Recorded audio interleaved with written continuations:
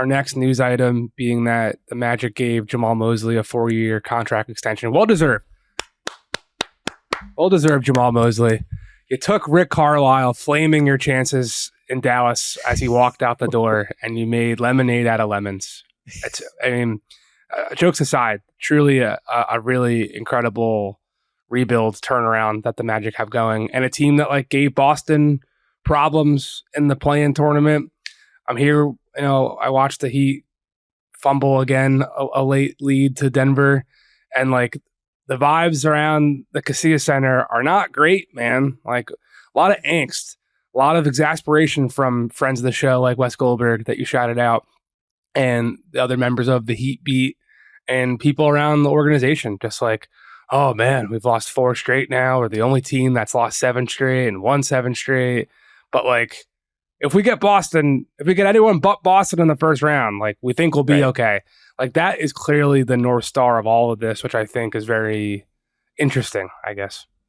Yeah, no, I mean, it is the measuring stick everybody's got to sort of put themselves up against. But in terms of the Magic, you mentioned Jamahl Mosley, making lemons out of lemonade with the coaching situation. He's also made a good defense, a borderline great defense out of young guys, which almost never happens. The rule in the NBA is if you get a young roster, it's going to take some lumps to get them on the same page on the defensive end and up to speed.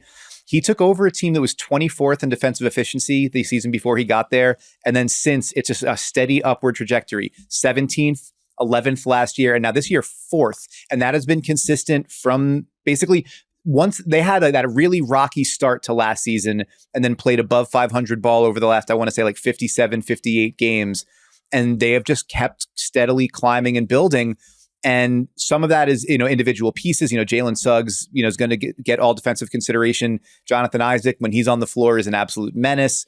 And they just got size, they can play Paolo Banchero, they can play Franz Wagner, Goga Bitadze, Wendell Carter Jr., all the bigs that they've got. And even their guards are big. And Cole Anthony goes to the defensive glass like a demon. They've got size kind of everywhere and length kind of everywhere. It's the way that Magic teams have been built for years. But still getting the buy-in, getting those guys to commit and realize, you came in here as a high draft pick, highly touted guy. The way you play and the way we win is you defend. Not an easy thing to do. And so for him to get that buy-in, to get them up to where they've got a real shot at home court advantage in the first round of the playoffs, which is, I think, if you told any Magic fan or any Magic observer before the season, that's where you can realistically expect to be.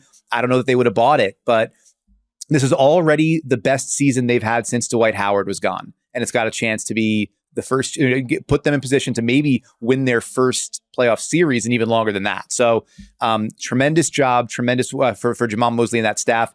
It took him 15 years as an assistant to get this gig, and he is absolutely grabbing it with both hands, making the most out of it, and maybe even making a run at Coach of the Year.